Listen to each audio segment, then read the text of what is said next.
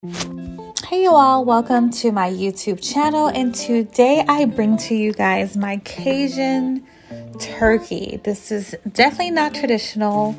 This is a split turkey. I call it basically deconstructed.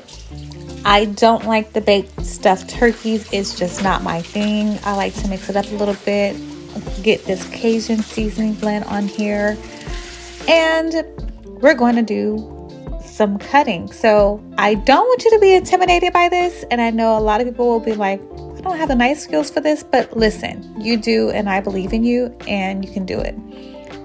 So basically, a lot of people are more familiar with what's called a spatchcock chicken.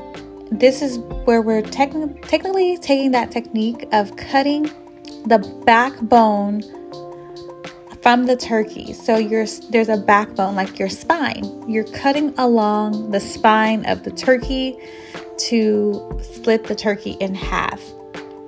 I used a fine knife to start to slicing. Then I used a little bit heavier knife, which is my cleaver here, that has more weight to it, that's able to really get down into that. You can use your hands as well, but being careful that you're cutting against some bones here, which can be a little sharp. You can use gloves for this if you like, may have more grip on it. This turkey was sliding all over the place, but once you get that spine, one part of the spine cut off, you turn it over to the breast side and you cut down the middle breast bone, and you're pretty much cutting the breast meat from the rib cage. So if you can imagine a rib cage, you will be able to fill the cage against the meat with your knife, and you're literally separating the meat from the cage. And this is where you get to the knuckle part, where the wing and the breast are needing to be detached from the rib cage. And it's that knuckle part of the meat. So if you guys know chicken bone, that knuckle part of the meat, if you've ever broken down a whole chicken, it's just the same process. It's a bird. Get a heavier knife and just kind of split that knuckle from the cage of your bird. And this is what it's going to look like. That's the cage, which will have another second half of the turkey. I'm only doing one half here for this demonstration.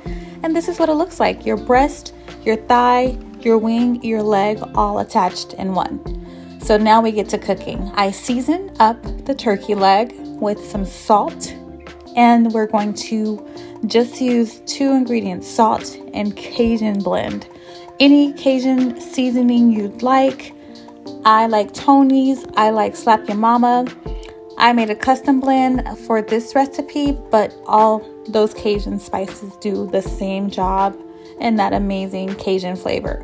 I'm taking the Southern, that's my roots for my cooking, and Cajun is just takes it home for me with Southern cooking. And on this part here, I am patting the turkey after I drizzled a bit of olive oil on there so that those spices can stick. I have now flipped it over, and we're going to repeat that same process.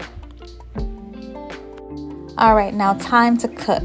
Go deep, deep, deep down in your cabinets and pull out your largest skillet you have. It can be stainless steel, it can be cast iron, non-stick, whatever you'd like to use. Drizzle in a good amount of olive oil. I spread it throughout the pan. And then the skin side first, we get that down into the pan and let that get to searing. I make sure I tuck the wing under the breast, as I do want the wing to not be open for the display. While that's searing, we're gonna get our Tony Chichiris, I don't know how to pronounce that, but the Cajun butter injection. We flip over our turkey once that's been searing for about 10 minutes. You'll kind of see it's getting brown in the pan. When you flip it over, we're then going to inject it with the Tony Chichiris. Again, I'm gonna just call it Tony's Cajun butter. Get that in all four parts: the breast, the drum, the thigh, the wing, making sure that butter flavor is throughout. And then I'm a little extra, so we're gonna put some of that butter on top of that skin, getting that turkey nice and juicy, because we do not like a dry turkey, okay? So next we are going to get some sliced shallots, some whole garlic, some sage, some thyme, some rosemary, and our fresh cranberries into the pan. Then I add butter, let that melt, and add it in a cup of water and throw it in the oven on 350 for an hour. Now it's time to make our glaze, which I put in a tablespoon of butter, a teaspoon of Cajun seasoning, a tablespoon of mustard seeds, and a fourth of a cup of honey. I added in some fresh thyme, let that melt down and get that stirred, and this is going to be our Cajun honey butter glaze that we are going to put on our turkey when our turkey is finished. This is a really nice, easy glaze that can be used on many different recipes, actually, your chicken, turkey, and even pork. So save this recipe separate. So now the turkey is out of the oven, and this is what it looks like. It's been in there for an hour. You could check and use a thermometer while you're cooking it. Around 45 minutes, get to checking your temperature. You want it to be an internal 165. I am butter basting it with the remaining sauce that was in the pan from the pan drippings. I baked it whole and uncovered. I want to have that caramelization in the pan. And so now I have some arugula lettuce, and I place the turkey right on top here. You can definitely place this over some mashed potatoes. I like to do some parsnip puree, whatever you choose. And then I get the pan drippings with that garlic, those caramelized shallots, those fresh cooked cranberries. They're amazing as a garnish with the turkey. And then I slice, or I guess fine dice, some fresh chives, and I use that as my green garnish on top of this turkey. And then I serve. The turkey was so amazing. That glaze, the sauce, it's just such a unique turkey and not your traditional turkey.